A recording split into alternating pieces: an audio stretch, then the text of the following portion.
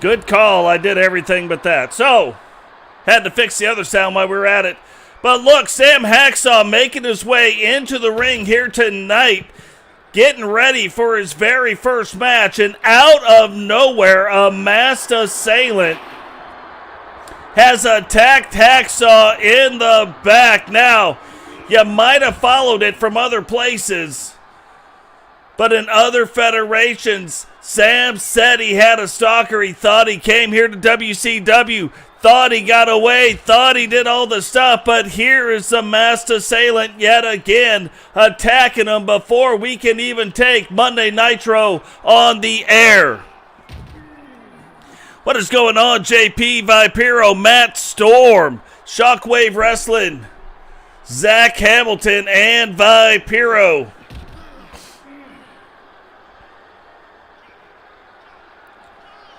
But it looks like maybe Sam able to kind of turn things around. Now, if you remember, Sawyer said he was the masked assailant. He said and kind of alluded to that he might be the guy that has been stalking Sam Hacksaw. Now, because of the mask, we can't tell if it is Sawyer or not.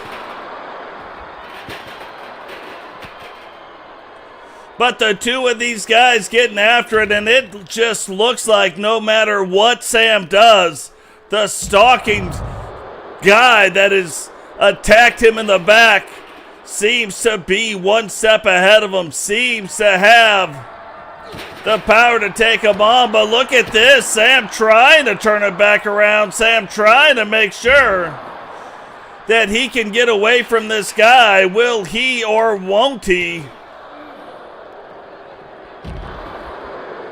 We just don't know, but this is a brutal attack backstage, and this stalker guy absolutely destroying Sam Hacksaw. Remember, what is going on, Hassan? Remember, we remember that Sawyer said it was him. So is it him in fact, or is it somebody else? I know that WCW medical staff right now is attending to Hacksaw in the back. But Sam Hacksaw was supposed to face off here tonight against Sawyer to open this thing up. Will he be able to do it?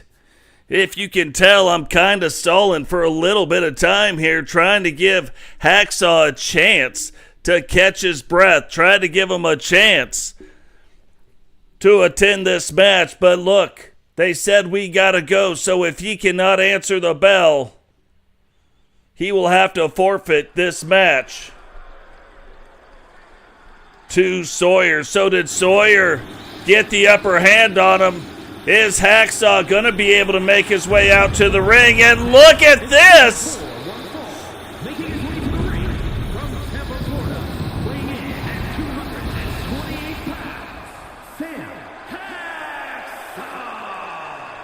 Sam Hacksaw finding a way, pushing past the WCW medical staff, making his way down to the ring.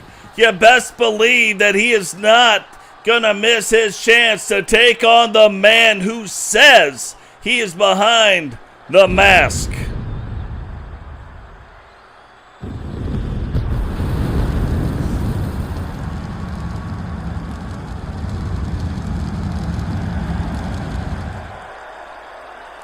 But right now, that is the only little hint, the only little clue that we've got was when Sawyer said it is him behind the mask. So is it him? Is it not him?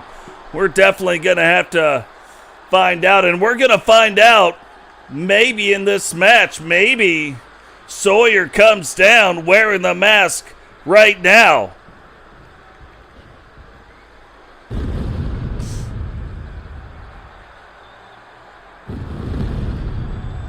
So will Sawyer come out in the mask, or won't he? From Manchester, England, weighing in at 235 pounds, Sawyer! So Sawyer, if it is him, getting changed back into his regular attire, making his way down to the ring, has definitely, whether it is him or it is not him, has definitely gained an advantage in this match already. Sam, again, being attacked in the back. Is that going to cause any kind of permanent injuries? Any kind of, maybe not permanent, but immediate injuries to Sam? Can Sam make it through this match, or was that the help Sawyer needed to take out Sam Hacksaw here tonight?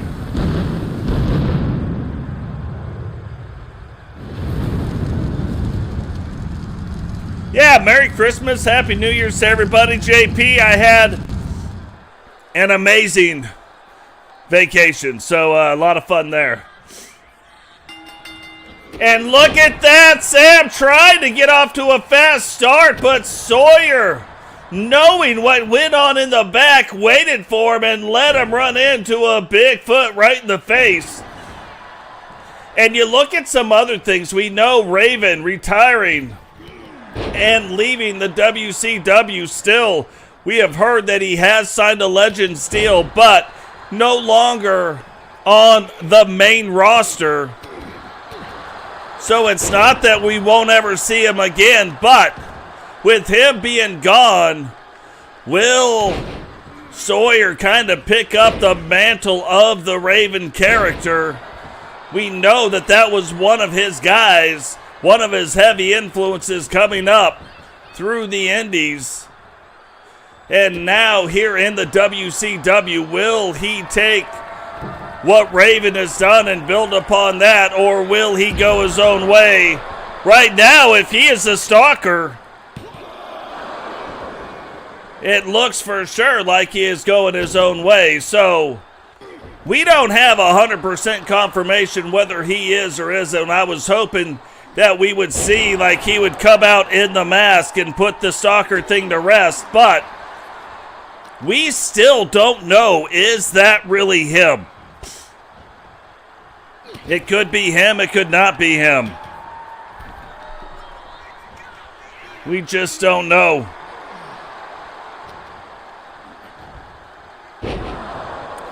Yeah, going out to a friend's house tonight. Probably going to take it easy, like coming off vacation, only getting like a day and a half of rest. And look at that, off of the top rope, landing that elbow. And you know when somebody is getting up and you land that elbow, it ends up being a kind of an awkward thing that most of the time actually causes more damage because of the awkwardness of the move. Now hooks the leg. What is going on, Blaze? Welcome to the stream, brother. And guys, go check out Blaze channel, Blaze Radio. Drop him a like, subscribe to his channel. And hey, while you're hitting subscribe buttons, go ahead and hit it in this one. We can hit it, we can share the video out, we can do all kinds of stuff. I haven't even had a chance to share anything out yet. 1, 2. Tonight's Nitro coming in hot. Getting started even before we were ready. Television networks going live because of what was going on in the back. And right there, Sam Hacksaw getting the win over what could possibly be the Stalker. Nate, whoa, what is this? The Stalker walking out on stage, proving to the world it is not, in fact, Sawyer. Now we just have no idea who it could possibly be. The only clue that we had was Sawyer saying that it could be him. Tonight, proving that it is not him. And Sam Hacksaw having to start back at square one, trying to figure out who, in fact, is the Stalker that has been stalking him for years. But whoever it is has now made their way. We know they're not on the WCW roster. At least they aren't as of yet. They were not welcome here tonight, somehow got past security, got into the back, and attacked Sam Hacksaw as he made his way into the arena. Is scheduled for one fall and is for the WCW Women's United States Championship. Yeah, it definitely has got to have to put the lotion in the basket, you know what I mean? Or it's going to get the hose again. That's what we know. What is going on? Radio Rex live in the chat right now. What is happening, Brooklyn Jokers? Welcome to the stream, brother. Paul, a member of the Bark Squad. You can see who the members of the Bark Squad are. Have the green names about them.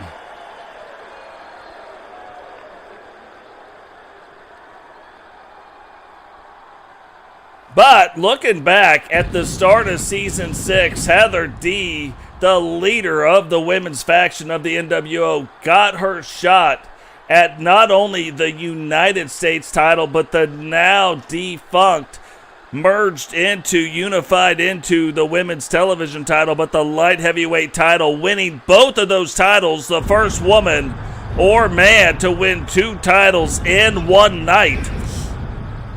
And 2 major titles at that. Getting her shot here again tonight at the United States champion, Melinda Gutierrez. What is going on, Logan? Welcome to the stream, brother. Dubs, what is happening, my man? Welcome to the stream. Hey, Dubs, when you are off of work and after the stream, I'm going to give you a call. Got some cool stuff worked out for some other things that we got to go over. Exciting times. What is happening, Jesse Jackhammer? Welcome to the stream.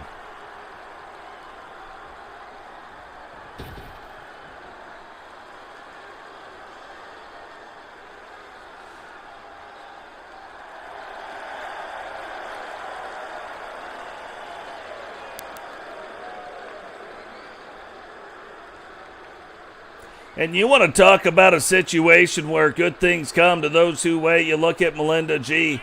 Didn't get off to the best start. Tweaked the moveset a little bit. Tweaked this a little bit over here.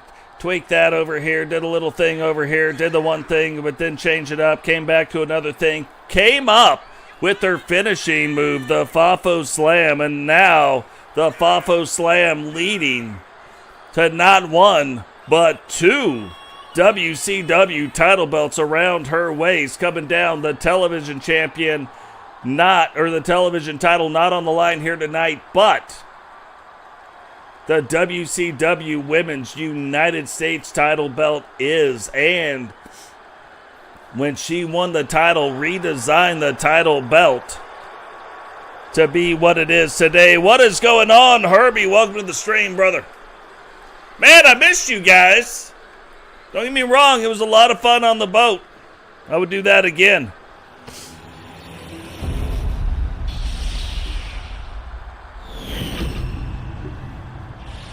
Introducing the challenger from Huntsville, Alabama, Heather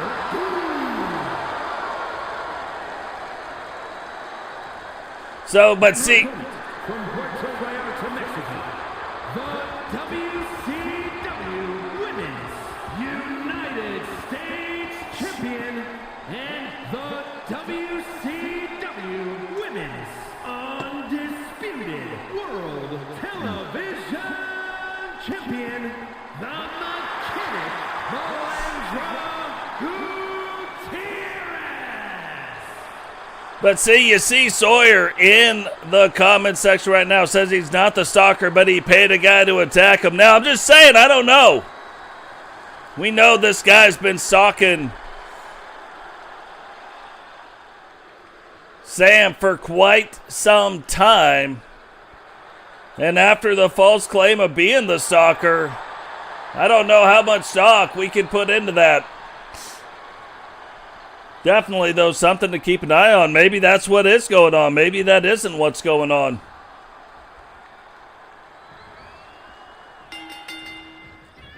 Maybe the Stalker is paying Sawyer to say some things. You know what I mean? That could be going on. So many weird things that could be going on. Yeah, that's actually Melinda's brand new face scan as well.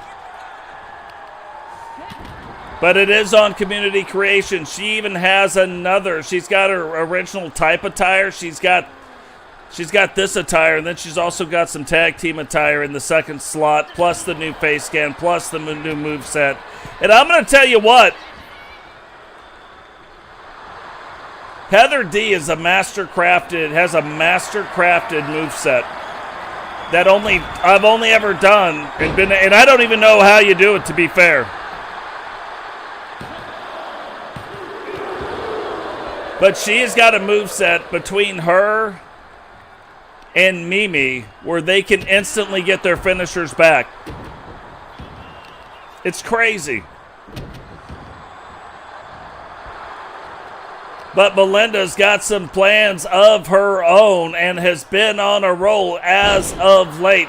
You look at Witcher, the stuff that Witcher's been doing, hot wrestler. You look at the stuff Melinda's been doing, hot wrestler. You look at the stuff Ozzy has been doing, hot wrestler. You look at the stuff Repentia has been doing, hot wrestler. And I'm just telling you, if I was the world champs, I would not want Repentia and Melinda not having certain title belts. Like right now, Repentia kind of freed up from a singles title belt and able to go after some. Now she went after Ozzy, and you've seen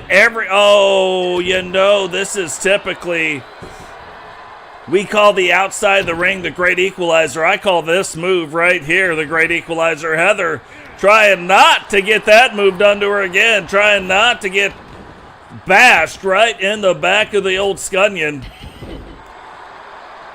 Getting out of the way, but I'm telling you, that is such a powerful move. Really sets up the Fafo Slam, really allows the Fafo Slam to do some serious damage, and Melinda can hit it out of nowhere. Heather's finishing move, she can hit it out of nowhere. The H-bomb, you don't want any part of that as well. And so far, Melinda has done well to stay away from it. Now setting up for it. Can she lock it in? And she does. Fafo Slam. Here we go.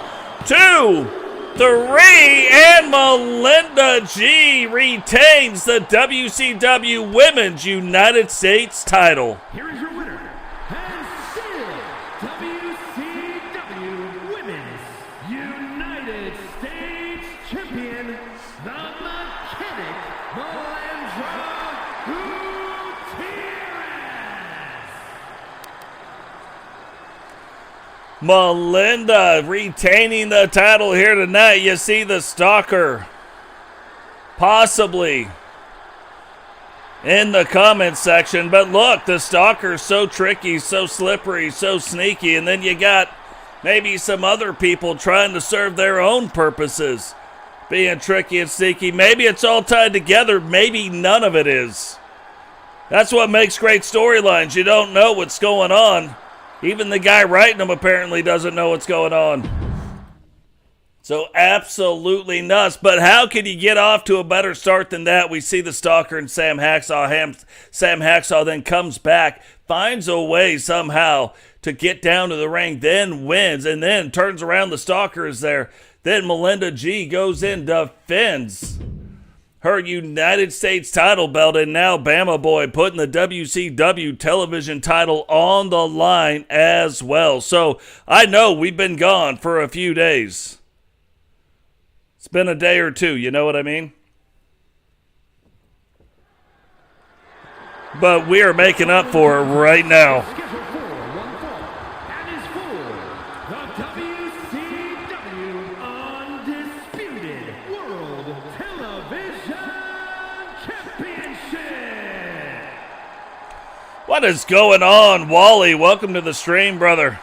Sentinel, welcome to the stream. And that's another thing, like, there's so many things going on in the storylines right now, and I know there's been a 10-11 day kind of break in the action, so really wanted to have a podcast go over some of the storylines. We're going to cover them Some of them here tonight. Some of them, we can't even get them all in one show. So Thunder is also going to be another packed show of stuff kicking things off in a different direction. And then you think about this. We are only 2 months away, 2 months and a week away from the new game dropping. So pretty soon we're going to be seeing some other things. We're going to be seeing the new things that is coming out for 2K25. Now, of course, we will keep running the show on 24 until we get everything transferred over to 25 and that is ready to roll. But absolutely great time to be in the E-Feds. And that's another thing. We've seen there be some dissension right now in the ranks of the syndicate. Now, where do people fall at? That we don't know. Right now, we just know that JP kind of raising some concerns about the leadership in the syndicate. And you would think the syndicate and the Horsemen, two of the top factions, you'd think everything would be all fine and dandy. But look, let's look at the other side right now. A member of the Horsemen walking down. Now the Horsemen have won the Universal Tag Team title belts, right? They will be defending them again tonight against WWE members, the Dudley Boys. But you look, Bama, member of the Horsemen, they have the television title. They have that title. They recently won the WCW World title. They recently won the Universal $1 Million title. You think everything would be going fine, but we have heard rumors in the back that maybe the Horsemen, not necessarily breaking up, but maybe the Horsemen looking to kind of pause the Horseman business for a while and pursue their own things. Now, throughout the history of the Horsemen, back in the days, From Columbus, Georgia, weighing in at 205 pounds, the Snake,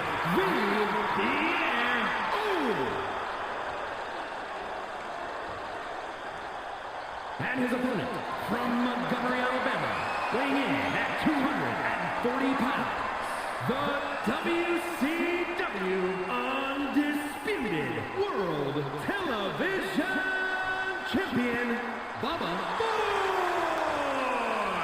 what is going on? Jake Bagwell, welcome to the stream, brother. But you look at throughout the history back in the days of the AWA, back in the days of the NWA, back in the days of the WCW, the Horsemen have from time to time split off and gone and did their own separate things and only came back together when needed. So definitely something to keep an eye on there.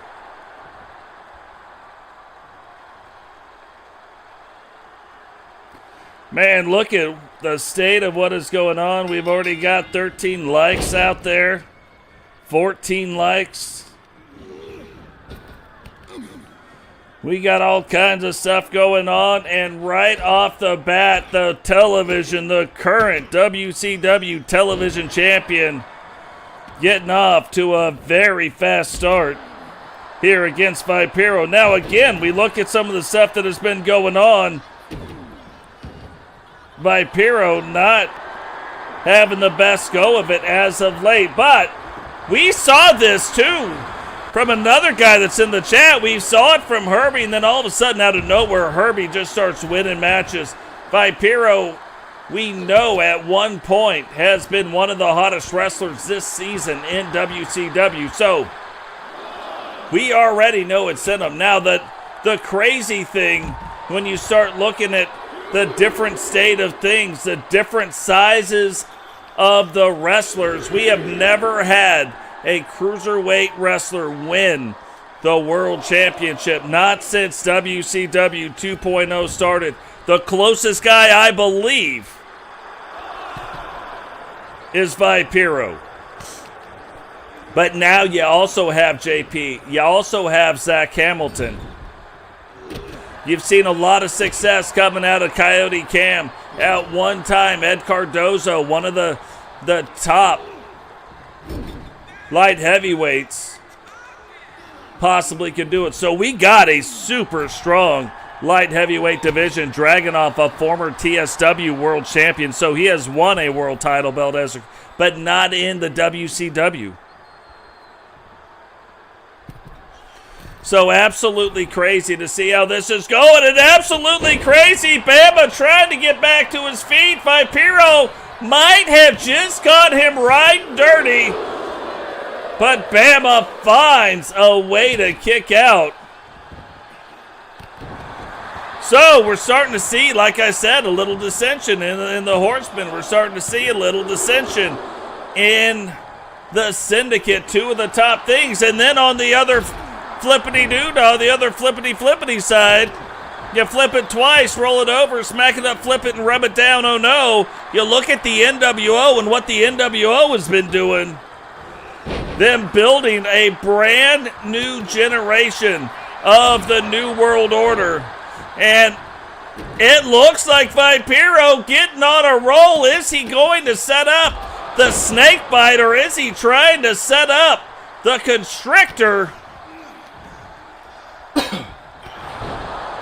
Don't know, but we are about to find out. Bama trying to get back to his feet. And oh, Bama blocked whatever Vipero was trying to do, but not that. He certainly did not block that. That could be it. One. And Bama might be a little bit pissed about the disrespect being shown in the ring right now. Vipero showing just exactly the line he takes when he shaves in the morning. Just trying to help out. Some people out in the crowd said, hey, if you didn't know, I'm a fiddle player too.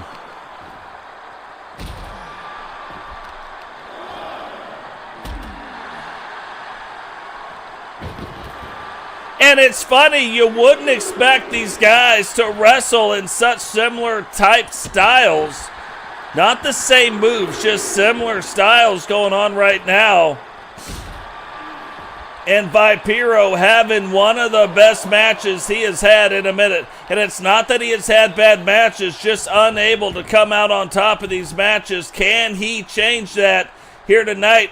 You gotta believe he is set up for it, and I'm oh, Bama takes the snake bite and hits Vipero with it, and almost beat Vipero. We have seen Bama, the move thief. Now jumping up on the top rope, dropping that. Is that gonna be it? No, and Bama's setting up for it again. Is it going to be the roll tide? It wasn't the roll tide. Oh!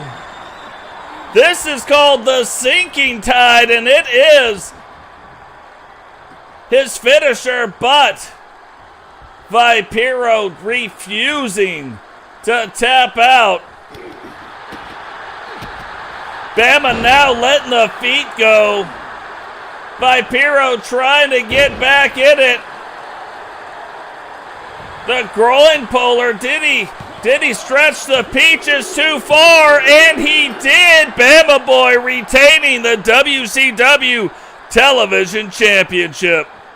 Here is your winner, and still WCW Undisputed World Television Champion, Bama Boy. Now referred to as the Undisputed World Television Championship because the unification match with the light heavyweight title coming out. Pieces of both belts being used to form the brand new Undisputed World Television title. But what a great match that was. And I'm telling you, you see that, you know Vipero maybe has arrived yet again. Even though he lost the match, putting on a show for the people here tonight.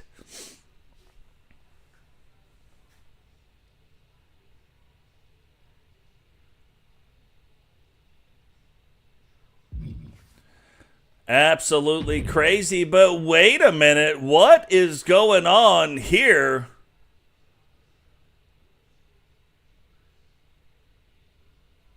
Something is afoot. Something strange is afoot at the Circle K. What would Andrew Dubs be doing with Dragonuv? While I'm reading the match card, I'm thinking, you know, this has got to be a typo or something. But in fact, it is not a typo. And look at the state of this.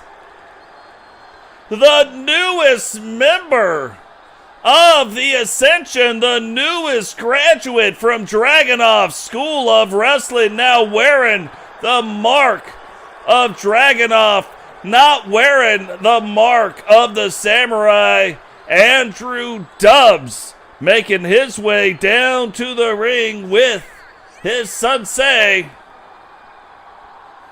Strike fast, strike hard, no mercy, sir. The School of the Dragons.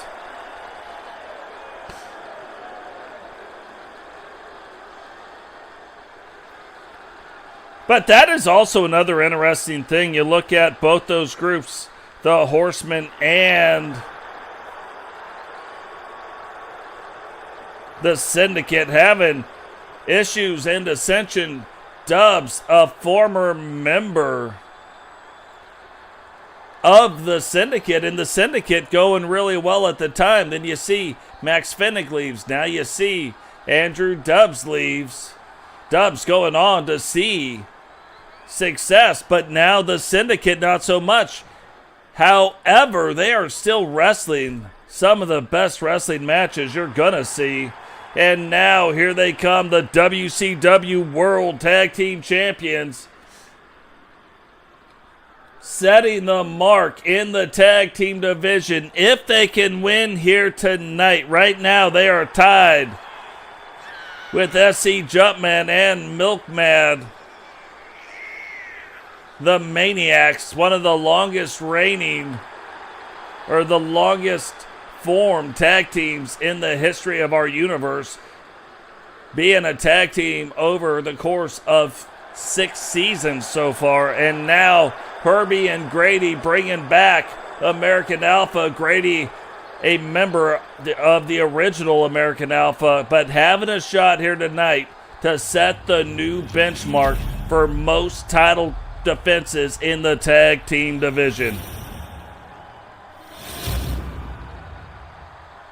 The following contest is a tag team match set for one fall and is for the WCW World Tag Team Championship.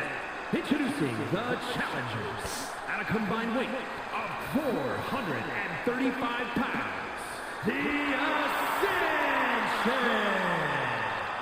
and their opponents at a combined weight of 449 pounds. The WCW World Tag Team Champions, American Alpha. What's going on? Solo buying his ticket. You know I always appreciate it, brother, but buying his ticket to the show. Welcome to the stream. I'm telling you what, if you guys haven't checked out Solo Season Universe, stop. Like, what are you doing with your life? Like, if you were gonna make a New Year's resolution, why doesn't this? I'm gonna go subscribe right now to Solo Seasons Universe. I'm gonna get caught up on what he's doing over there and figure some stuff out. I am telling you right now, big things getting ready to happen in the SSU and the SSW. You want to get in there now. You want to figure out what's going on so you don't miss some of the great storytelling that is happening now and later. And look at the back of Andrew Dubs, a Japanese-style dragon tattoo. Apparently, that is what he earned from graduating from the School of the Dragon. You know, the Japanadian, the man from Japan by way of Canada, but adding another little feather in his cap here tonight. So this must have been going on backstage where we did not even know any of this was happening, and you could see the newfound attitude of Andrew Dubs. We have seen Dragonuv win the WCW Cruiserweight title, getting back into the win column. And look, he was another guy for a long time, world caliber class wrestler, and then falls way off. Can't find a win, couldn't buy a win. Alex, I'd like to buy a vowel. Alex said no.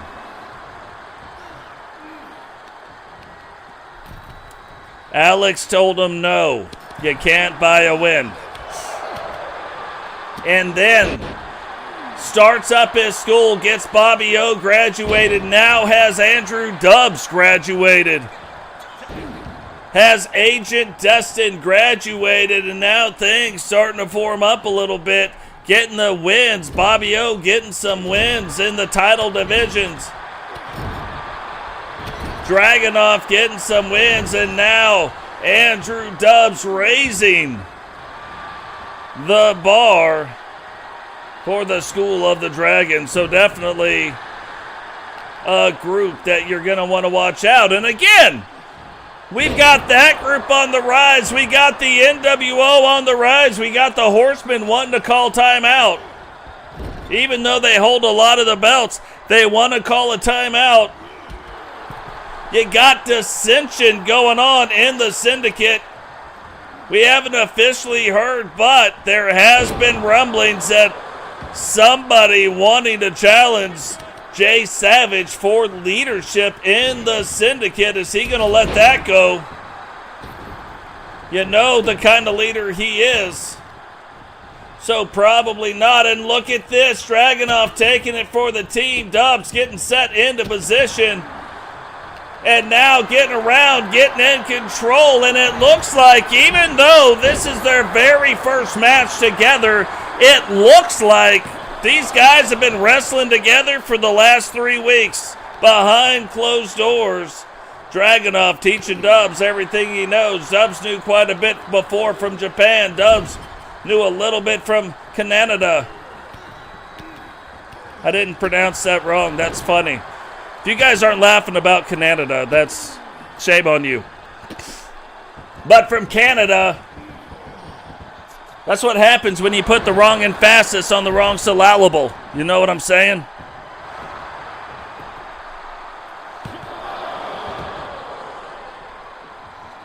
And only a 1 count against Dubs, but Grady.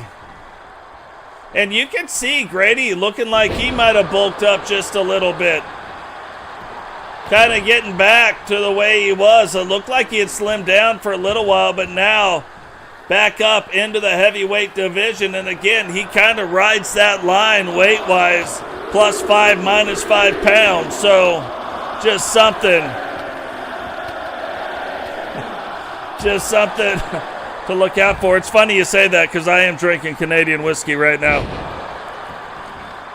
Delicious. But Dubs and Dragonuv working like a well-oiled machine right now. We already know American Alpha does. So which team will be able to throw the other guys off? Dragonuv right there putting a little tricksy. Little Trixie in his first breakfasts for the Hobbitses, if you know what I'm talking about. Trixie little Hobbitses. They're trying to get a hold of their own little preciouses. Trying to get a hold of these WCW World Tag Team titles, bringing more legitimacy to the School of Dragonuv. Can they do it here tonight, or will American Alpha 2 set the new bar for title defenses of the WCW Tag Team title belts?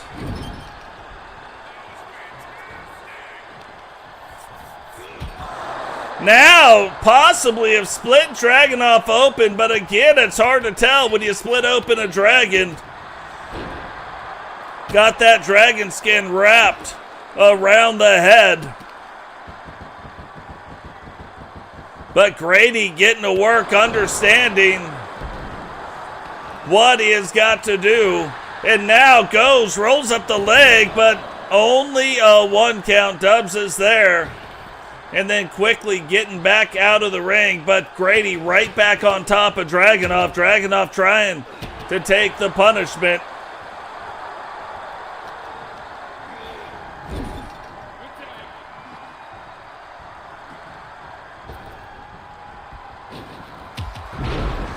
And look at this double team action right here. It has been a minute since Herbie has been in the ring, but Herbie back in the ring right now. Dragonuv backing off, but Herbie keeps it going. Rolls through, rolling, spinning neck breaker. Getting the crowd fired up. What is he calling for?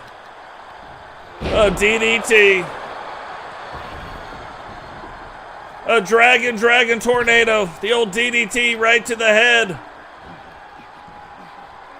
Double D, the Dungeons and Dragons tornado move right on top of the old Kabasa. And now grabbing the arm, working the arm. So slowing the pace down right here. Kind of taking a little step back, looking like he might be going after Dubs. Dubs, he faked it twice. Dubs was ready for it, then Dubs thought he might have been faking it again. That time not faking it. And goes right upside his head. Flips him around, spinning elbow, hooks the leg. 1, 2, 3, and look. They just set the new mark for most title defenses of the WCW Tag Team titles. WCW World Tag Team Champions, American Alpha. Can anybody beat them? Is there anybody in the building that can beat American Alpha 2? What has Eric Bischoff done by putting these two guys together on a team in the ring? Like, what has he done? We may never see other WCW World Champions again. This might be it. It might be the only WCW World Tag Team Champions you ever see again. Take a picture. Actually, you don't even have to. This is going to last a minute, it looks like. Yeah, that's what I'm saying. So I don't think anybody, I don't know. I just don't think anybody's going to beat them. Everyone's like, I'll beat them. I'll do the thing. And then they come in. And I don't care how big you are. I don't care how small you are. You look at some of the teams, Shikai and Rated R2K, that's who they took the belts from. Vipero and Zach Hamilton, Dubs and Hanzu Masashi, Cecil and Kempty, then Haku, Wolfman, and Angel. Haku's a big guy, so is Angel. Drew Hawthorne and Robert Kemp, also big guys. You know what I mean? I'm just telling you. You got to know what is going on. Man, I really appreciate everything and all the support you give out, Paul. Like, it means a lot to have you as a part of this community and have you part of it for so long. So, hats off to you. I hope you have a happy new year too, brother. Now, you may have seen them start out if you guys are in the SSW, but the Walker sisters will be making their debut here tonight. Yuri Walker getting a shot tonight at Sid B.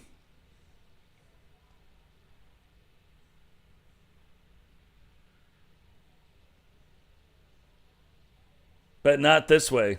So time out. This is not happening. No, it is not. Don't pay attention to what's going on behind the curtain, because that is not the match that we're here to see. Let's try it again. Let's try one more time.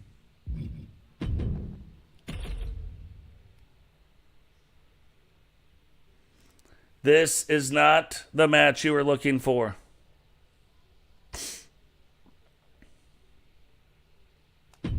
This is.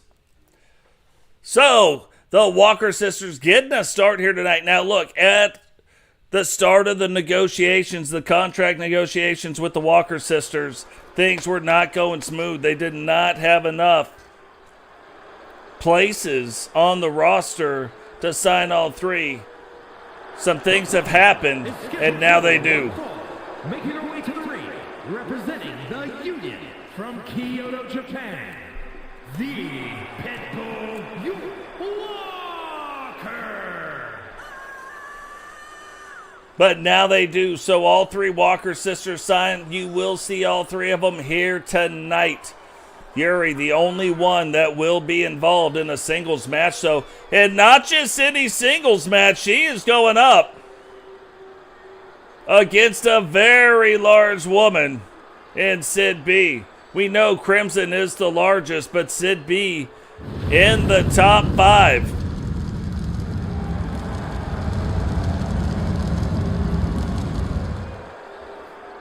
Largest women in the women's division. So Sid B, very powerful wrestler. Can Yuri Walker find a way to stay out of the clutches? Find a way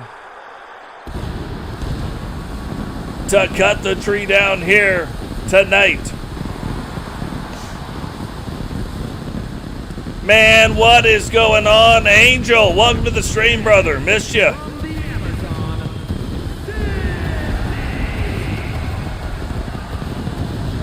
Yeah, I can't wait till you're back at it, Angel.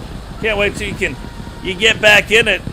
Hey, hats off to your Bills. My Raiders had one thing to do, one thing only. All they had to do was lose. And they win. I'm like, shame on the Raiders. Raiders can't do anything right. What's going on, King Sam? Welcome to the stream. Now, just look. And I'm telling you, too, if I was the cameraman and Sid told me to come here, I'm coming here. I'm not arguing with her. There's no way. There's no way I'm arguing with that lady. No, sir. No, ma'am. Come here. Yes, and I'm on my way. Boom. I'm on my way, and I'm like, how fast? So you can see the size difference right here. But from all the tape that we have seen, from all the stuff that we have seen from the Walker sisters, we do know they wrestle faster. They wrestle bigger than they are. So even though brand new here in the WCW, absolutely not new to wrestling. So they have a lot of experience. Now, do they have the kind of experience when you look out at the crowd of WCW? Do they have the experience in front of larger crowds? Don't know. So will the crowd get to you a little bit? I will just tell you that even coming in as the announcer, Frankie Two Fingers, and looking at the deal.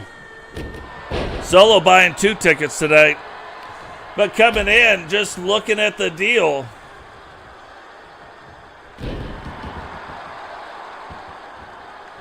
You know how it goes. I come in, I'm looking at the crowd, even I get a little bit nervous still.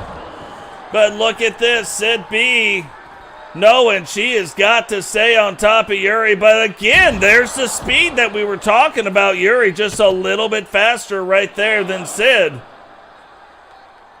And now if you don't know her background, if you weren't in the Discord and you didn't see it, used to be she is the next dancer. So getting the moves, having fun in the ring, absolutely what she is all about.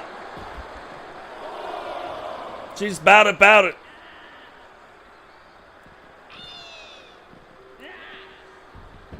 Now, no title belts on the line, obviously, but still wanting to prove, both women wanting to prove what they got and wanting to do that in the ring, not wanting to get these count-out wins right here. Hoping that the match that they put on, and look at this, again, not the largest wrestler, but using the top rope as leverage, and with most women, it would be very hard to do that, but because of Sid's height, able to do that But again, you let Sid get going. You let Sid get on a roll. You let her do the things that she is wanting to do.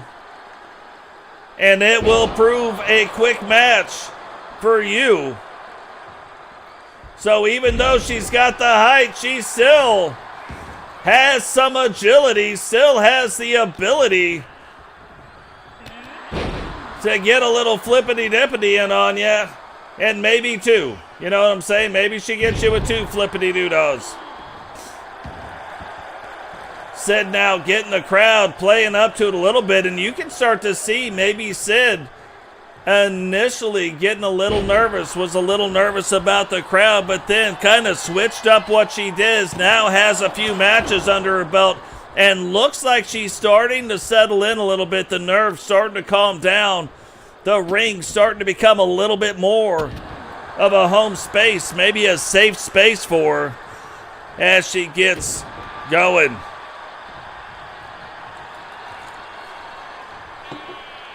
I'll tell you what, I am normally very excited. Oh! The old tree spike right there, going right upside the head of Yuri. Thunderclapper. Looking like she's trying to limb Yuri. Can Yuri turn it around? Picks her up, and oh, Yuri fighting through it now, getting back down. Hits her with a drop kick. Pushes the chin down, and not even a 1 count. And look, if you're Yuri, that has got to at least make you a little bit nervous. Yeah, like I'm saying, this is the first time I'm not excited. They haven't said, I haven't heard one leak or one rumor that has made me excited. And another tree spike. Getting driven into the head of Yuri. Now getting back in the ring. Yuri rolls back in, and I don't think Sid was expecting it. But Yuri using that quick little motion to get in and get back in control of this match.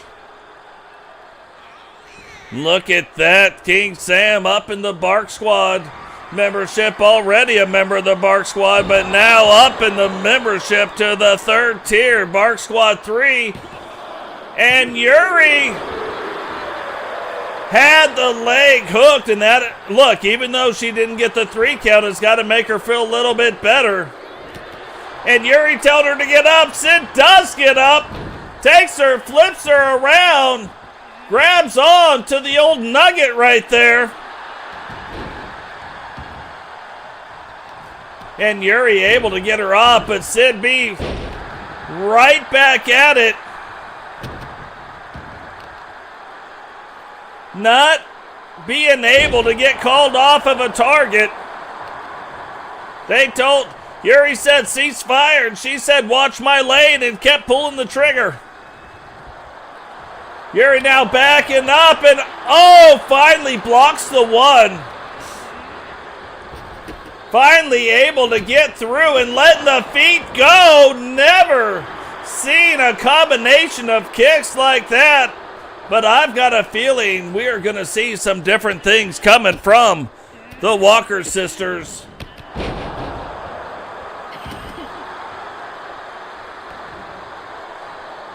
And Sid able to get out of the ring, back up to her feet.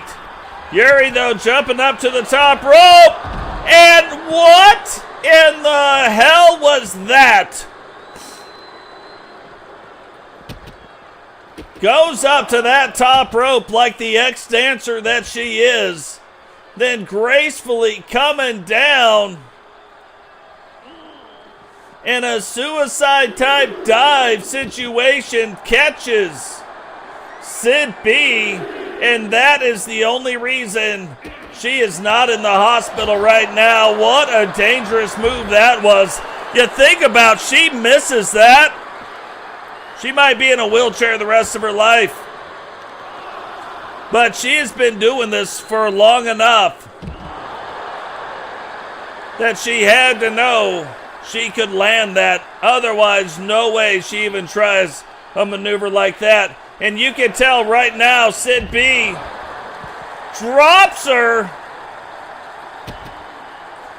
down on top of her head, and I don't think she even cares about the count. Will she get back in the ring? She does, and leaves Yuri on the ground. And it looked like for a time Yuri was going to come away with that match.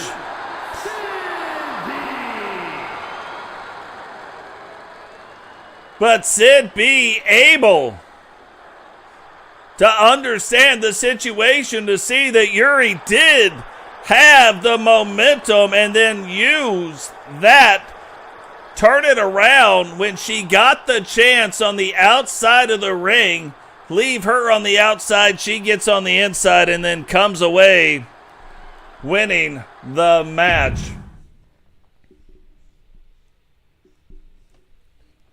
And now getting down to the nitty-gritty of the night. I know the way we started, unable to show you the match card like, oh, this is what's going on, blah, blah, blah. We weren't able to do it. So we'll take a quick moment right now. We've got the 10 women Rumble title belt on the line. Again, the champion is Anita T.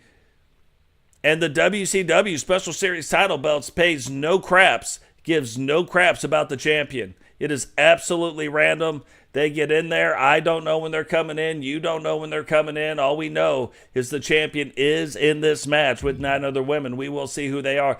Digital getting a shot at Wade War Walters. Haven't seen him in a while. We've seen his brother Brutus taking things on. No title belts on the line right here, but Sentinel getting a shot at Bret Hart. They're going to hook it up tonight. And again, from the WWE, a bonus match here tonight.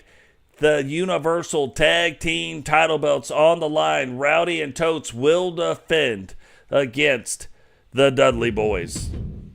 So you can see Angela Starr, Anita T, Monica Phoenix, Repentia, Sam Walker, Stephanie Walker, Suzie Lee, Tammy, and Vanessa LeVay all in this match. That is not the order, so we don't know what the order is going to be, but we're about to find out.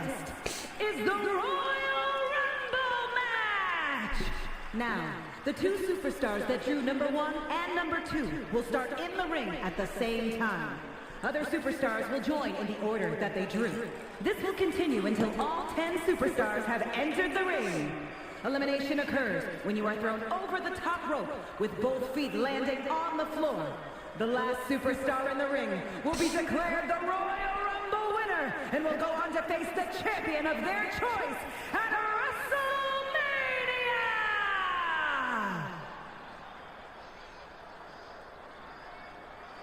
So all you got to do, you just got to say Rowdy, and bam, there he is.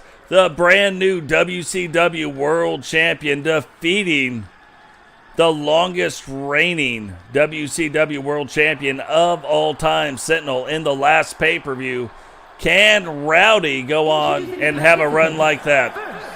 representing the Union from Tokyo, Japan, the Grim Reaper, Samantha Walker! So Samantha Walker making her debut. We've seen her sister already here tonight in the last match. 3 Walker sisters, so there is one more left. But Sam drawing number 1 here tonight. Do not know who will draw number 2. But we will find out. Now, we saw Yuri put on a hell of a match. We saw Sid B put on a hell of a match. Sid B able to come out on top.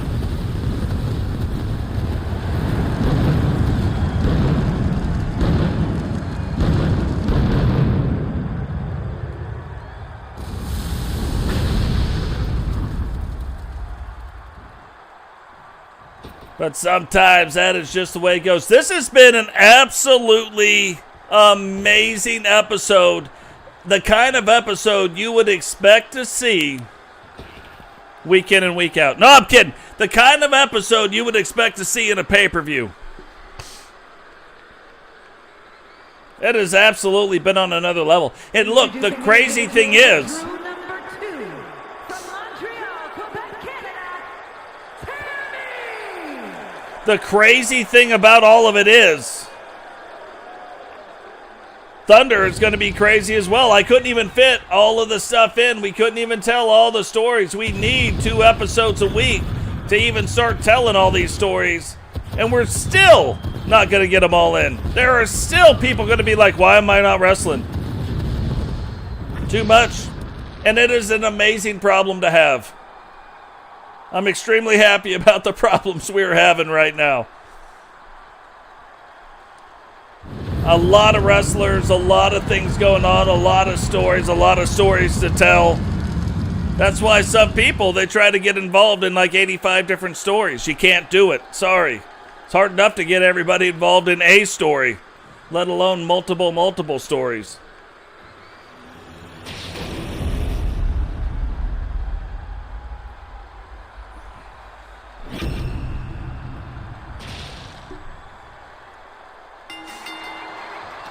But here we go, the Rumble, the 10 Women's Rumble Championship on the line once again. Remember, the current champion is Anita T. Now, Samantha and Tammy getting ready to go after it. So look, we know it is possible to win. We have seen it done before. So it is possible to win from these 2 positions. However, very, very difficult. And it's hard to say, like, what's the best strategy? Do you get them out? Do you get them, like, just one at a time? Somebody gets everybody out? Probably way too tough to do. But then you look how long you have to wait to make it work a different direction. And you could take a lot of punishment. Like, it could be impossible for it to go a different way because maybe you took too much punishment in the beginning. You wasted too much energy in the beginning.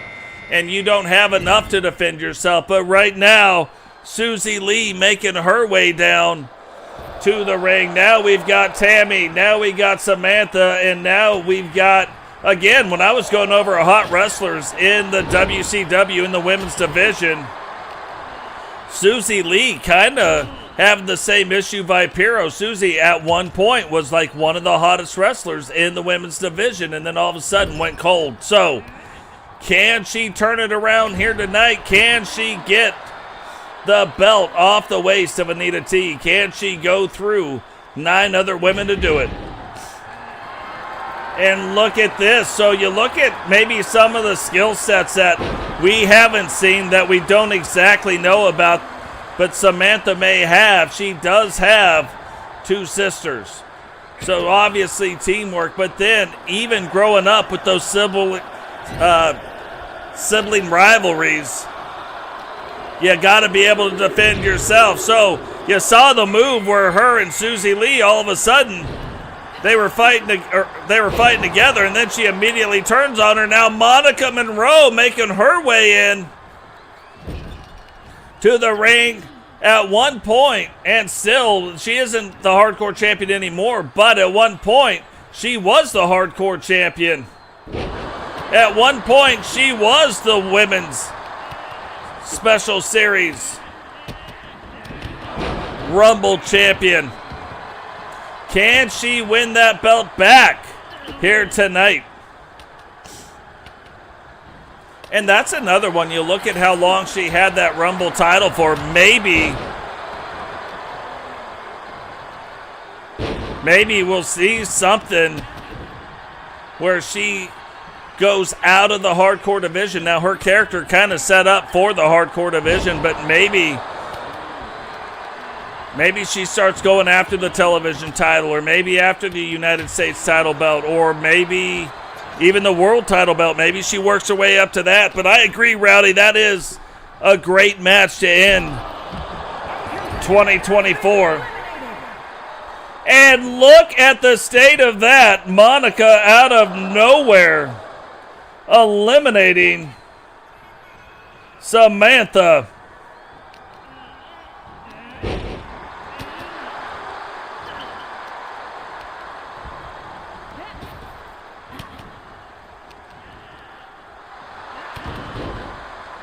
Monica now has those claws right into the head of Suzie and hitting her with the triple headbutts right there. Tammy kind of sitting back, letting it go down, like really wise Just sitting back, letting things happen, letting things go down the way they're going to go down. Now, will she step in and help Monica right here? She does. Are they going to get Suzie out? Pushing right now, but Suzie holds on to the ropes. Whoa, they just caught on to it, but Suzie able to fight through and make her way back into the ring.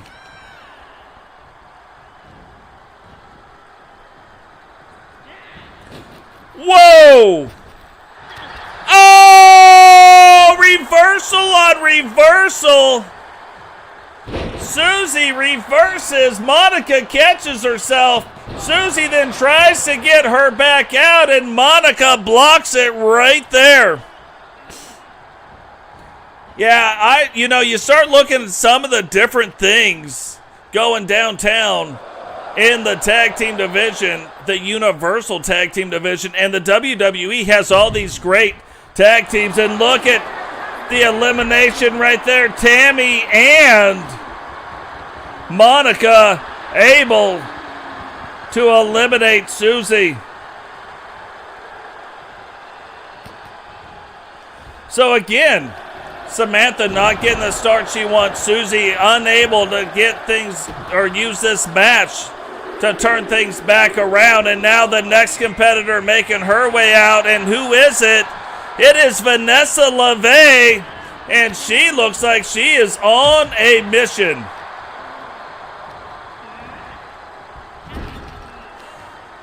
She has seen her tag team partner getting a lot of success in some singles divisions.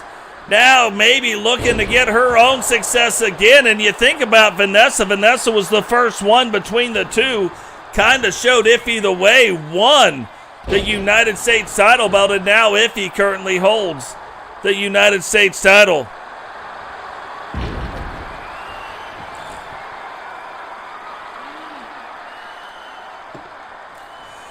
I agree, Temple. And look, I'm harder on myself than anybody, so, but I agree. Oh, timing just off, but it wasn't that time. So where Tammy and Monica hooked up to get out Suzie, Tammy then eliminates Monica and gets Monica out of the ring right before the next competitor can come in.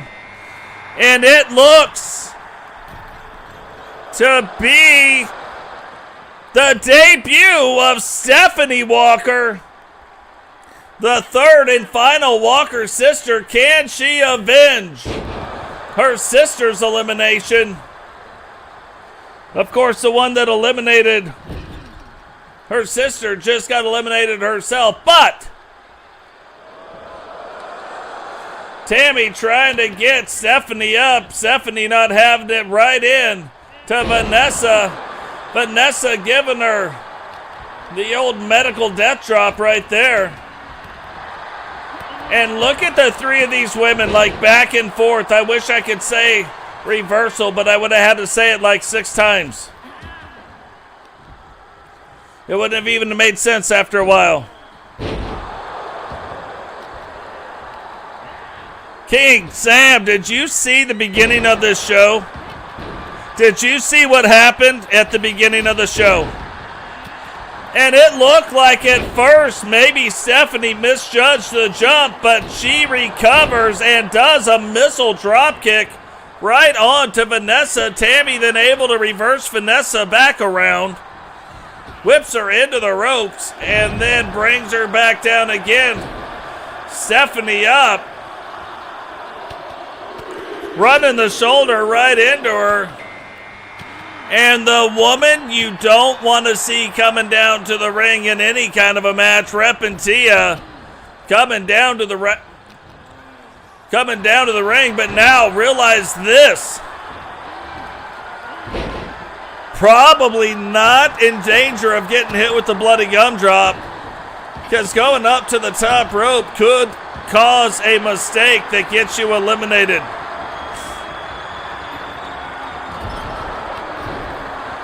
Stephanie again with that bull rush, with that bull rushing shoulder block.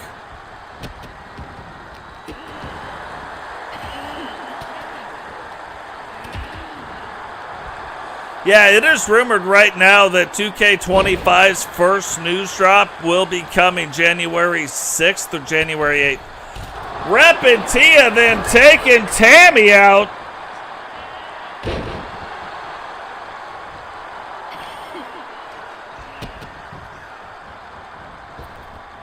And we are already up to number 7. Repentia was number 7, making their way down to the ring.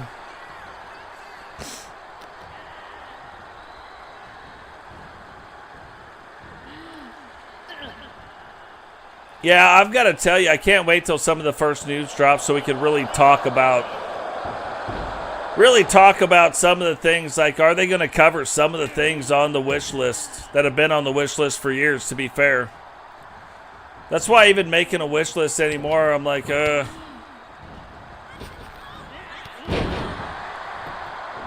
there's one piece of information that they've got to say before I get higher expectations.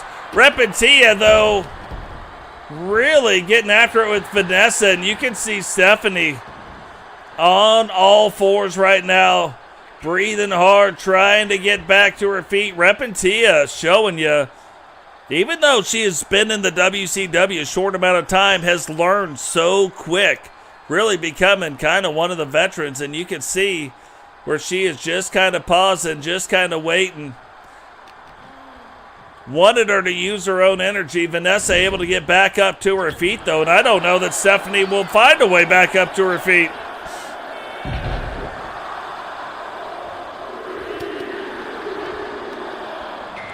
And this is the thing where I think people misjudge how much of a toll this can take on your body when you're looking at a crowd this size. You got the adrenaline going. It's costing and wasting more energy.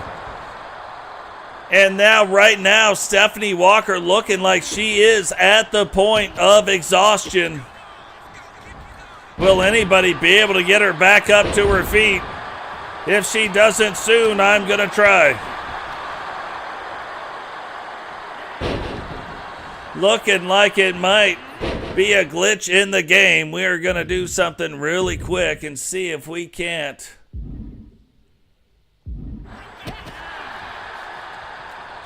get her back up to her feet.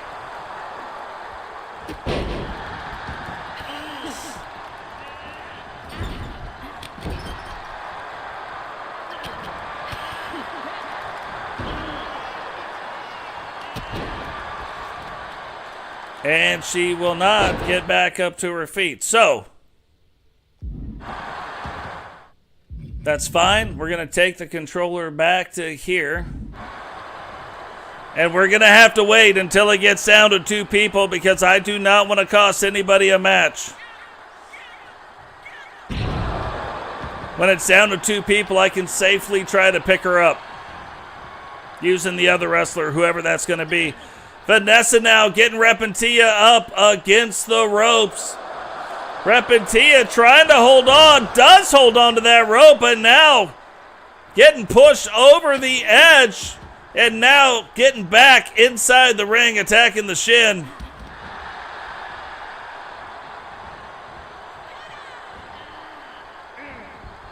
And Repentia turning it back around, trying to get Vanessa out now.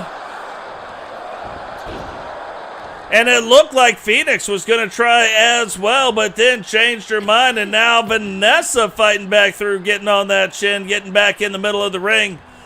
Phoenix playing a little possum, throws Repentia over. Oh, and Vanessa saves Repentia for some reason.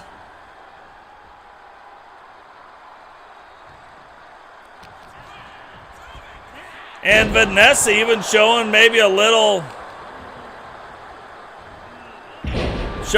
mercy there to Phoenix. Not sure why, not sure what it could mean.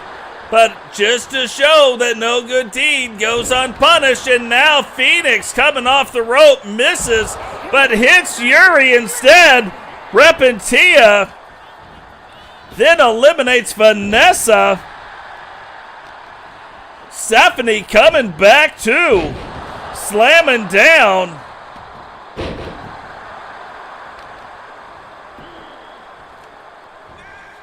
Slamming down Phoenix, and Phoenix back over in the corner, and again back.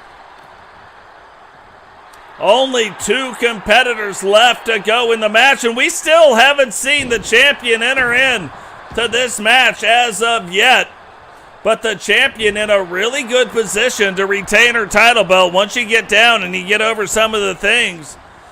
Gets in a really good position to do the stuff. Now Repentia just going crazy, delivering shoulder blocks, delivering cross bodies, ducks, whatever Stephanie was trying to do, whips her up over, and Phoenix ends up saving Stephanie, which is going to come back and bite her right in the old tuchus.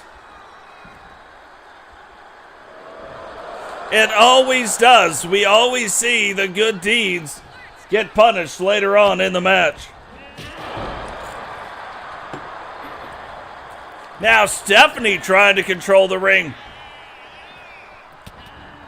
Phoenix trying to do the thing. Stephanie getting after Phoenix. And is this going to be Angela Starr, or is this going to be Anita T? And Angela Starr it is. And now we've got 2 members of the Order of the Phoenix, but look at this. Maybe the Order of the Phoenix wants to break up. Phoenix going right after Angela Starr. And if you remember, in the Order of the Phoenix, it was Phoenix and Mimi who brought in Jane and brought in Angela Starr. So maybe because Jane left, Phoenix assumes that she's going to leave, and look at this. Can these 2 ladies eliminate Phoenix? No, Repentia takes a shot at Stephanie, misses. Stephanie now trying to take advantage of what just happened. Flips her down and around, and you cannot separate Angela Starr and Phoenix from fighting right now. What is going on, Witcher sister? Welcome to the stream. What is going on, Tammy? Welcome to the stream. Eagle Star, what is happening, my brother? Welcome to the stream.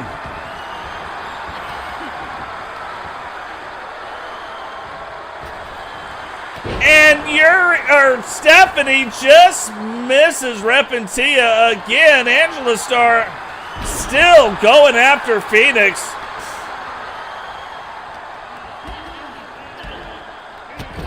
And we saw Repentia have one classic match against Suzie this past pay-per-view, WCW NWO Revenge. And now putting on a show here for the Women's Rumble title as well. Stephanie trying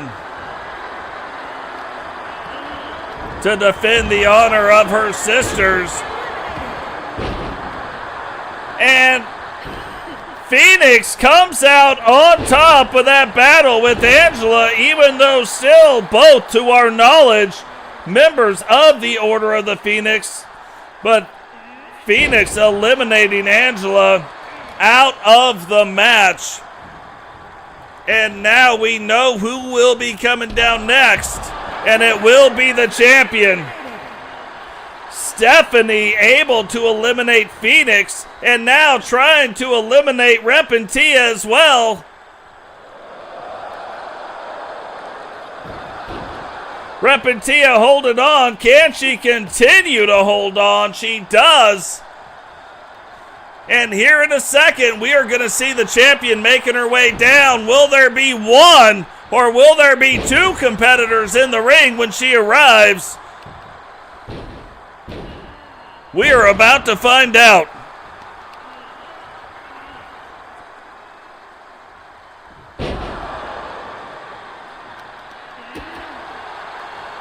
But this has got to tell you something. Even though it's not a normal style match, even though like you can eliminate somebody, you can get lucky, you can do some things, the fact that Stephanie is in the ring right now with somebody who just took Ozzy through the paces, didn't win but took her through the paces, tells you about all you need to know.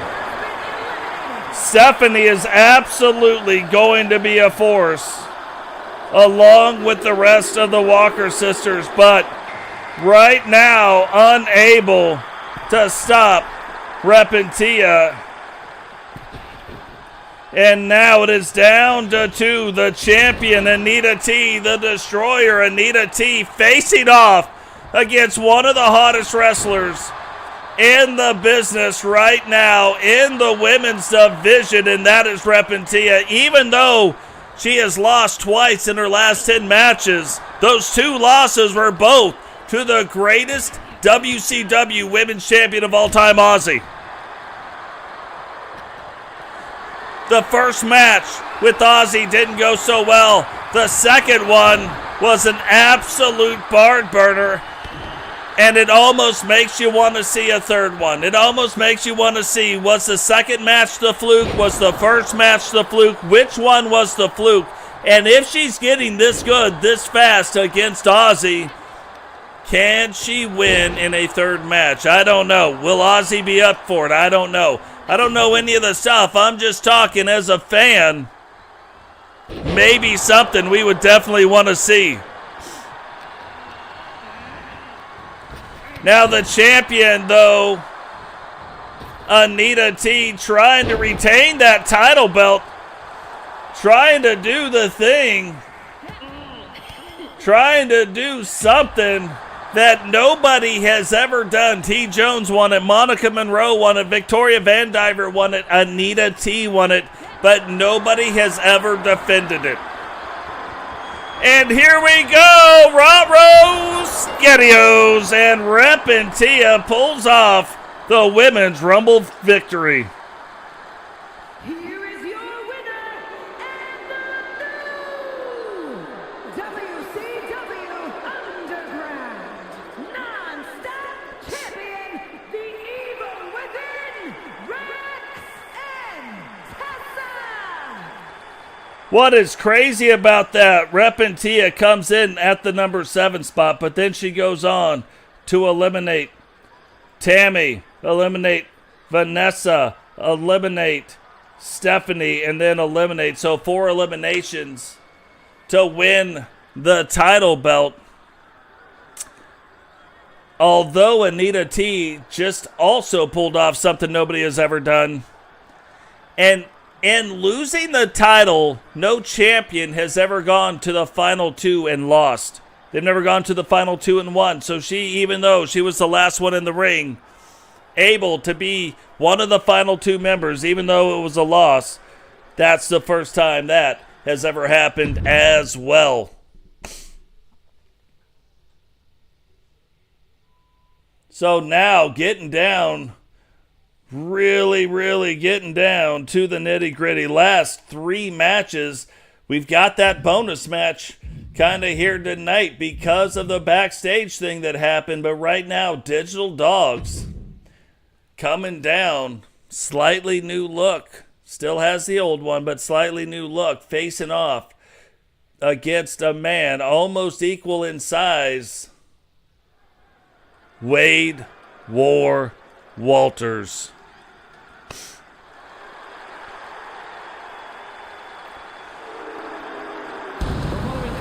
What is going on, JD? Welcome to the stream. Making his way to the ring, representing the NWO from Authority Megacorp HQ, weighing in at 398 pounds,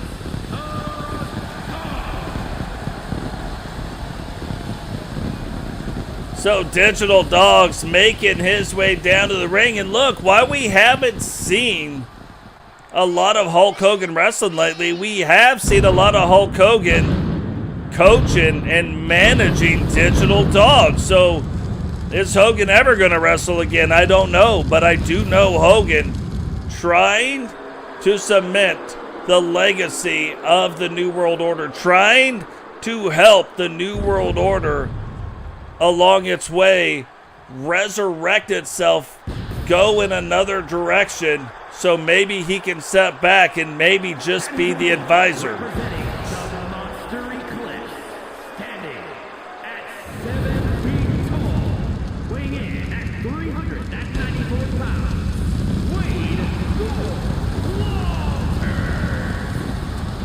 that's the other crazy thing. You look at how big both of these guys are. They are the two, between these two and Brutus, the largest wrestlers we have in WCW. And I mean, it's only by a mere 10 to 15 pounds per wrestler difference.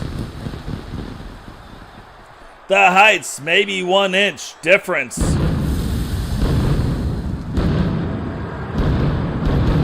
So if you ever thought a ring could not hold two guys in it, this is one of the matches you'd want to see. You're probably not going to see Wade and Brutus, the two brothers, fighting against each other. So Digital Dogs is it. Digital Dog's not used to facing somebody his own size. But look, he's just a little bit, an inch smaller and maybe 10 pounds lighter. But maybe that is the advantage that he needs speed-wise between the two. But look at these two big boys just getting after it. I don't think either one of them are used to this. I don't think either one of them are used to seeing what is going on the other side of the ring. So even though they may do something, the new attitude of Digital Dogs might have just cost him a little bit. Wade now getting Digital. Can he pick him up? He can, and what goes way up has got to come way down. And a huge power bomb. I mean, the power bombs could break the ring. Absolutely out of control.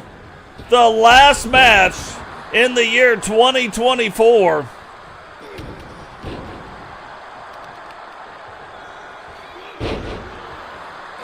The last show, in the year 2024, and the last three matches getting ready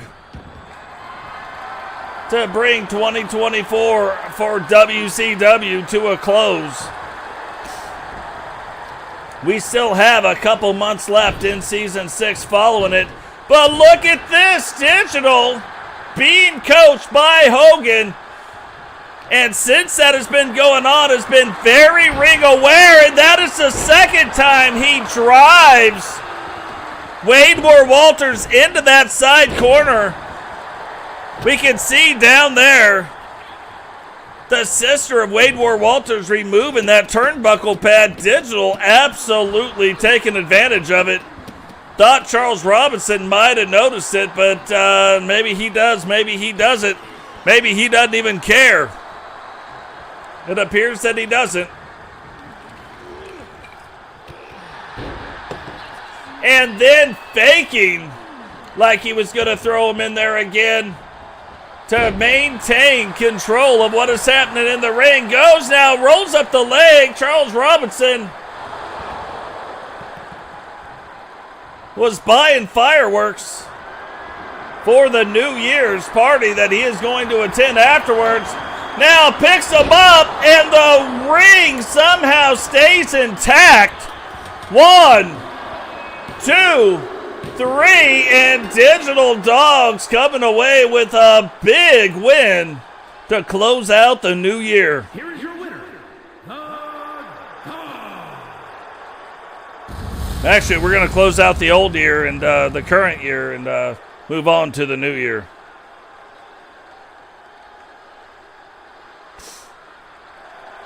Digital Dogs and Hogan, they are starting to prove to be an unstoppable team here in the WCW. But that's going to bring us down to the final two matches, the moment that all of you have been waiting for, the thing that everybody has wanted to see. So, if you hadn't had a chance to do it, go out right now, share the video, drop likes, subscribe if you're new, turn on the bell notifications. It's all free. Do all the things. You can create an account for free.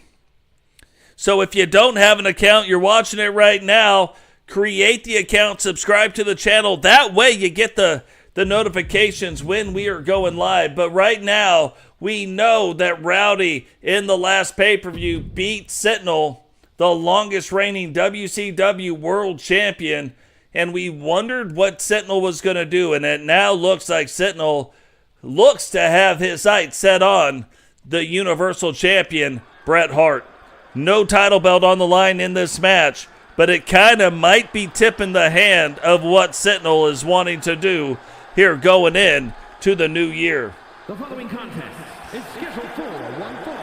Making his way to the ring, representing the New Foundation from Virginia, weighing in at 308 pounds, Sinister Trout!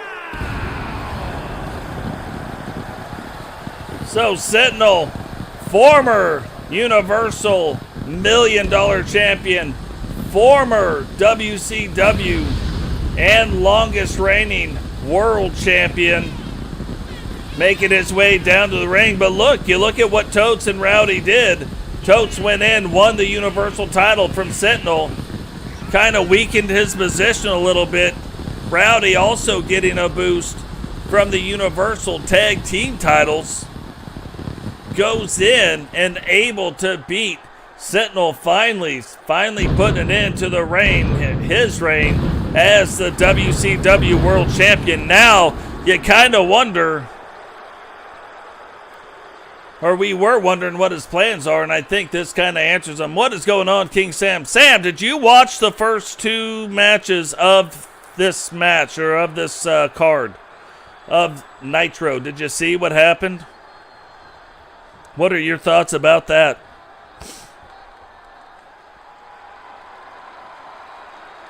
It may not have answered questions, but at least we know who it is not now. We know it is not Sawyer. Weighing in at 235 pounds, the Universal World Heavyweight Champion, Bret the Hitman Hart. Well, when you watch it, you're going to like it. So Bret Hart, the current Universal World Champion, in his win over Jay Savage, tied the record for most title defenses of the Universal Championship title belt at 4. Now, the title belt not on the line here tonight, but what this is going to do is prove, based on how the match goes, is Sentinel ready to take on Bret Hart? Or is Bret Hart ready to defend against Sentinel? Like that question, it could go both ways. So we're going to have to wait and see what happens.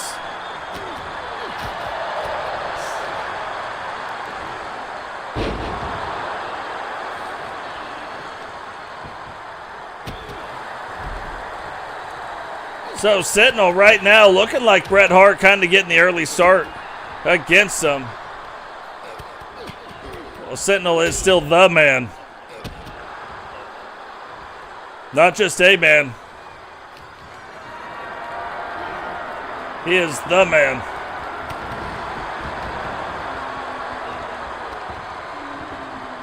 Nobody yet has proven they can defend the title belt that long. Sentinel still holds the record. Sentinel still the greatest WCW World Champion we have ever seen. Won the title belt twice and holds the longest reign. Now look at this. And I don't think, if I was wrestling up against Sentinel, I don't think this is the kind of match I would want. Like, yeah, Bret Hart is the Universal Champion. Is he getting a little careless here? Maybe. Because the title belt isn't on the line. And look at that! The back and forth, the blocks here and the blocks there. Sentinel not having it. Then going after Bret Hart, but Bret Hart now able to maybe realize the error of his ways, maybe realize that wasn't the best call.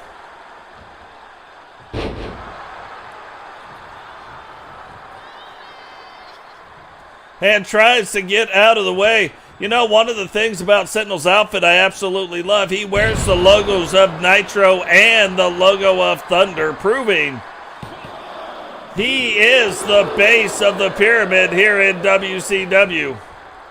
Him, Paul the Thing, said they were going to take back WCW, and that's what they did. You think about how many factions at first were in it. Watch out! Watch out! Now grabs the leg. 1, 2. How do you survive that? How do you survive 308 pounds coming off, taking you with them off that second rope and driving you into the mat?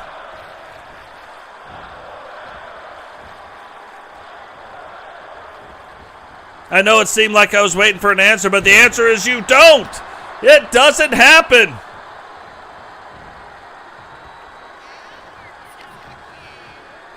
Now Sentinel picking him up, and we have seen Sentinel win on that move, but usually that is the prelude to his finisher, and now driving the chest of Bret Hart into the mat. Can he put the Polska kielbasa on this match? Not yet. Not yet. Bret Hart pulls him out, puts him flat on his back, and you got to think that helps set up the sharpshooter. Still attacking the lower legs, the lower back, that midsection of Sentinel, trying to set up the sharpshooter, and now slowing down the pace. Maybe he was checking out the pecani sauce. Maybe he was checking out the pace.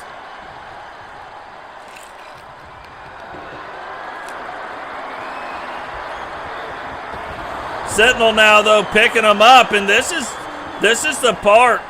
Sentinel really needing to use the power against Bret Hart, only getting a 1 count, and that kind of lets Sentinel know where he's at in this match. Maybe not as far along as we thought. Maybe that's why he has opted not to go right after a finisher, because he knows he's still got to weaken Bret Hart up a little bit more. Bret Hart on the outside of the ring, fighting to get on the inside. Sentinel letting him on the inside, however, but maybe not for a good cause. Maybe not. Maybe his money is not going to the charity called the Hart Foundation. Maybe the Hart Foundation is bringing the charity to him, and it is the sharpshooter. But Bret Hart letting him out of it. Sentinel rolling out of the way. Now Sentinel grabbing him, throwing him into the ropes. Charles Robinson getting right in the way. Sentinel, though, using that to the advantage, letting the rights go, attacking back at that midsection. And we have seen this come out sometimes where Bret Hart gets his midsection and his legs attacked, but that is the finisher for Sentinel. Hooks the leg. 1, 2, 3. And Sentinel here tonight proving that he deserves a shot at Bret Hart for the Universal World title belt. So that is exactly what is going to happen. We will see Sentinel get his shot at the WCW World Championship at the turn of the new year. Hell, that might even be the next pay-per-view. New Year's. Not on New Year's, but that might be the name of it. Pay-per-view 2025. But here we go. This is the match we have all been waiting to see. The Dudley Boyz coming to WCW Nitro via the WWE. They are still members of the WWE, but allowed to come on Nitro to face off to see if they could bring the Universal Tag Team title belts back to the WWE.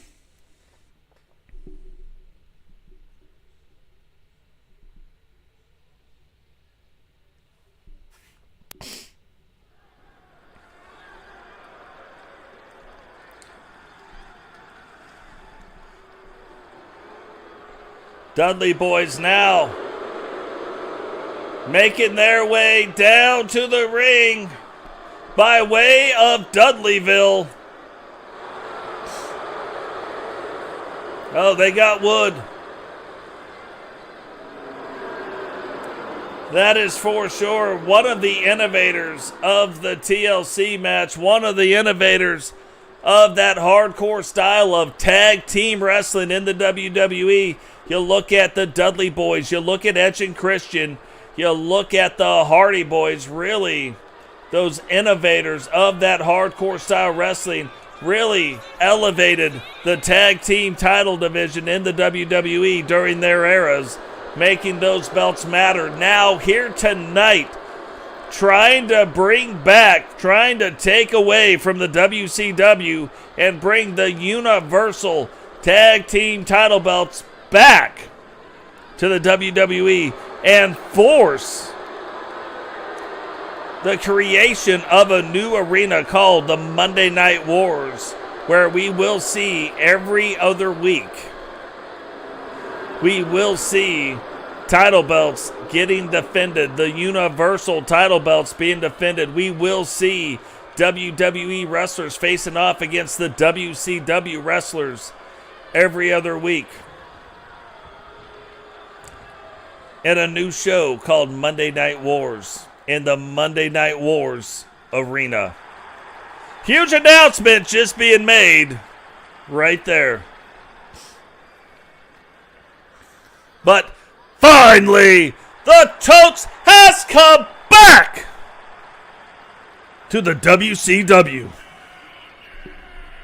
And look, at the end of the day, if there's anything that we know, like there's things that like you kind of know and there's other things that maybe you don't know, the one thing that we know right now, this is the worst town Rowdy has ever been in. And look, you look at the arrogance of these two guys. They don't even carry the tag team title belts down. They gives a damn about carrying down the tag team title belt. They make sure the referee carries their title belts down to then hand to them so they can put them on the line. That's on another level. That is cockiness on another level. And that is how the Horsemen do it.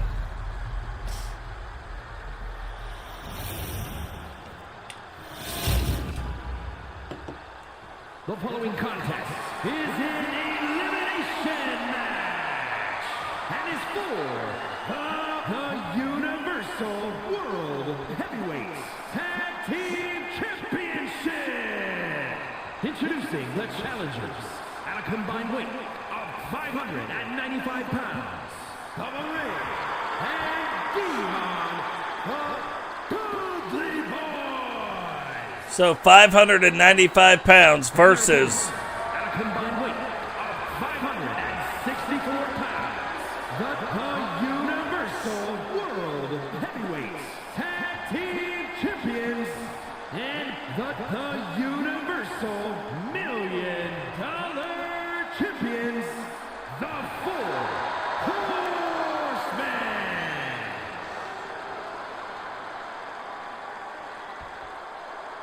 You know, one thing I would like to see in 2025, I would like to see the ability to assign the managers to carry down the belts.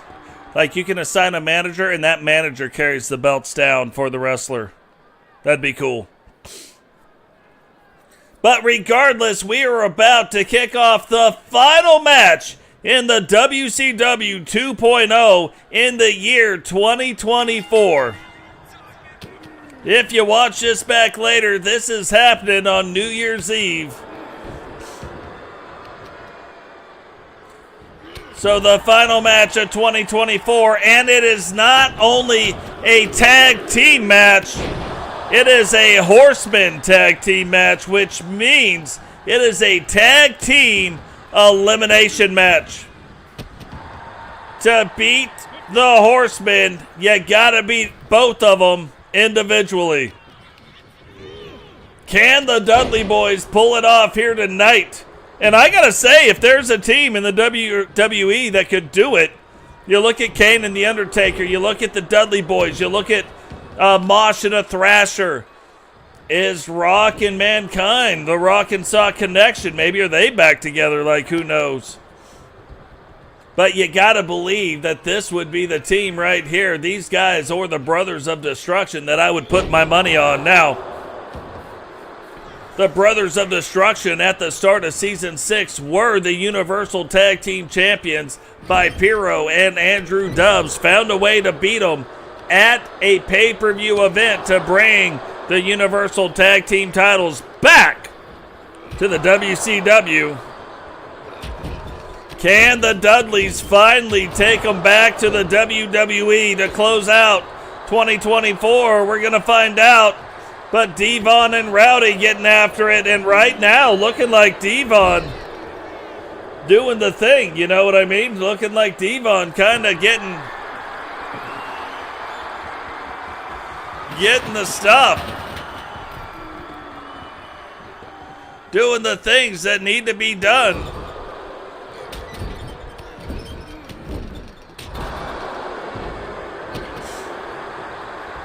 And Rowdy now fighting through it.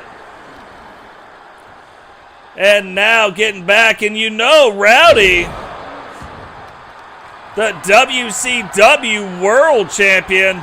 Totes, the Universal $1 Million Champion. And then both guys, the Universal Tag Team Champs. So carrying a lot of gold around. Well, they don't carry it. They have proven that. When they have a tag match, they let the referee carry it down to the ring. They don't have time to mess with it. They got other business that they're handling. And it looked like Rowdy was going to tag in Totes, but seeing that maybe Devon was going to get Bubba Ray tagged in, opted to stay in. And look at that, Devon showing you why him and Bubba Ray Dudley are in the WWE Hall of Fame. And what else would he get? What else would a Dudley boy get but grab a table? There is already tables out. Rowdy's saying maybe he doesn't want a table. Maybe he wants the light. Referee count up to back up to 1 now. And look at these guys. Look at these guys mimicking each other. Finally, Rowdy and Devon had enough. Rowdy and Bubba has had enough. Bubba able to get around the steps first, though. Referee count now up to 5. And realize this, you can, in a tag team elimination match, eliminate an opponent on a countout. Rowdy, though, just restart. Just hit the old reset. On the count, Devon able to stop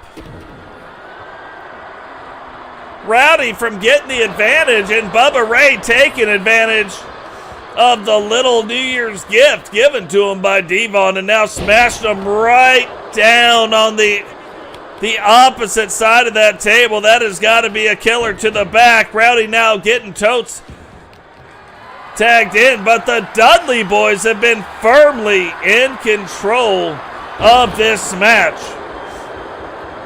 Totes trying to get back up to his feet. Devon not even letting him get up to his feet. Devon knows the best thing you can do is keep Totes on the ground.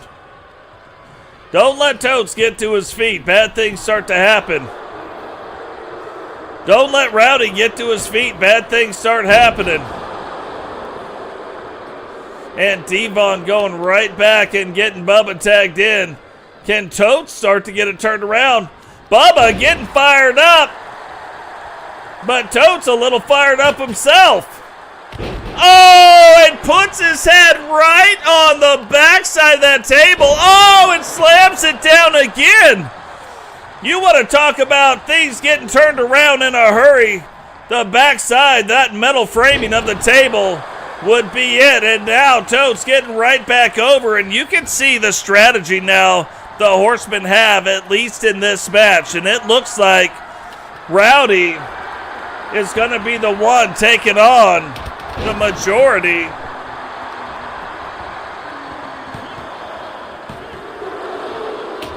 taking on the majority of the work, and now getting ready to put him in the Rowdy recliner. Can he get it locked in? He does. Charles Robinson right there. Devon, though, just kind of watching. He was getting a better, maybe taking notes on that, like, hey, how are you putting him in this thing right here? Let me get out my pad and paper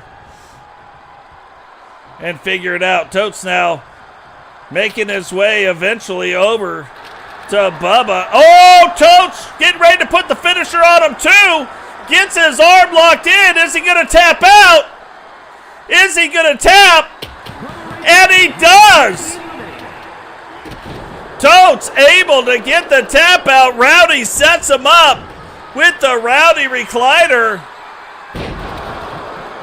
And then Totes able to get in and get Bubba to tap. Devon trying to get the 3 count on to Totes. Rowdy able to break that up, though. And then there was 1. But Devon going after Totes now with the kendo stick. Letting the crowd know he's got bad intentions, and finally breaks that kendo stick right over the leg of Totes. Whips him into the corner now. Picks him big power slam. Totes trying to get over to Rowdy. Devon not going to let him. And I thought Totes might have got it turned back around, but Devon 1 step ahead. Totes reversed it back around again. Now whips Devon over in the corner. Can he get Rowdy tagged in? He does. Takes him out, and what is this? Oh, you don't even get up from a move like that, but Rowdy wanting to put maybe some finishing touches on this match. Rowdy wanting to show why they are who they are. And even if there has been rumors about them going their separate ways for a little bit, possibly suspending Horseman business. Oh, Devon split open. Now Totes goes for the pin. And Devon, like the Hall of Famer he is, able to kick out in 2. Now you gotta believe Rowdy is ready to get this thing set up right now. And we could very well see the Rowdy recliner. Devon, though, getting to the outside of the ring. And look, I would say you don't want the Dudley boys on the outside of the ring, but I don't think you want the Horsemen on the outside of the ring either. All 4 of these wrestlers very familiar on how to work the outside of a wrestling ring. Devon again now trying to turn it back around. And that's an owie. I don't care what kind of match you're in. Can Devon get back in the ring? The 8 count. This will eliminate Rowdy.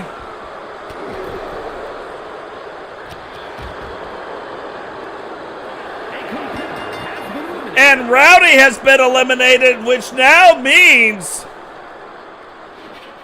Totes and Devon are the last legal people in the ring.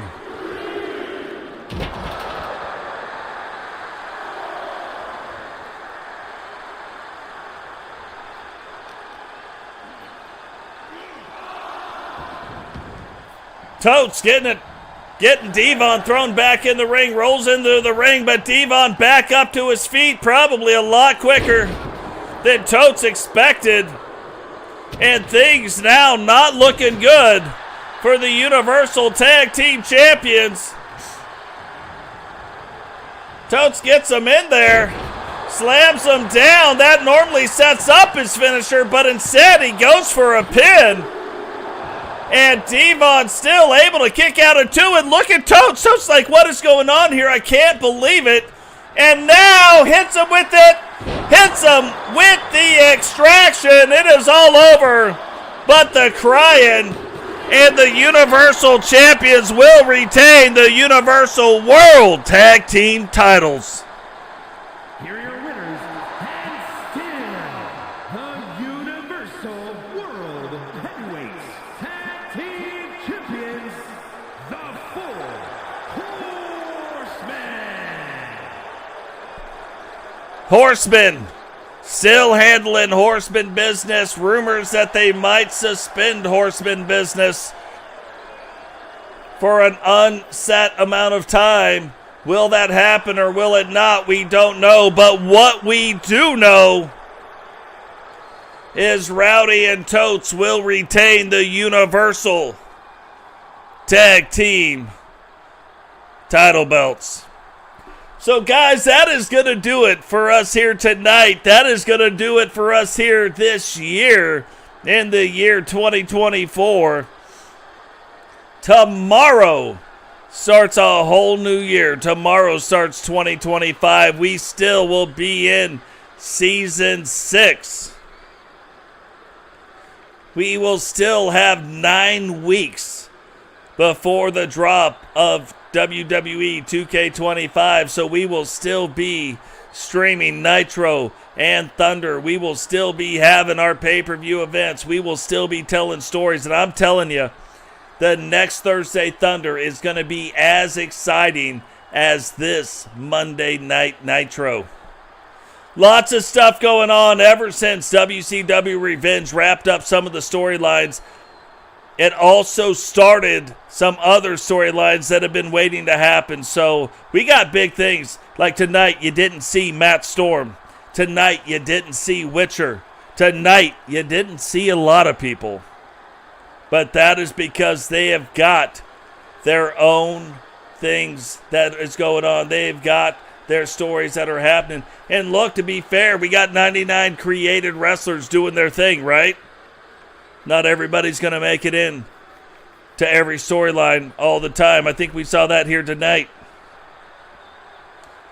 But guys, I appreciate everything you guys do. Really appreciative of the year that we had here on the channel. We did some things that larger channels haven't done, and it is all thanks to you guys and what you guys do out there. Really appreciate what you guys are doing. Love every single one of you. Remember, especially tonight, there's going to be people out there. There are going to be things going on, and maybe that person in their life just needs to be shown a little bit of grace. Not granted, they can't do that, but maybe they just need to be shown a little bit of grace. You do have the ability to do that. Other people's actions do not have to reflect your actions. Oh, they said this, so I had to say this. That's horse crap. You didn't have to say it. You chose to say it. I'm just asking you, if you can, choose another road. Show them a little bit of kindness. Maybe that's what they need in their life. Maybe that's what you need in your life. So, appreciate everything you guys do. And from all of us here at the Totes My Goats Wrestling Network to all of you out there, love every single one of you. You guys be safe out there tonight. And we will see you all next year. Peace.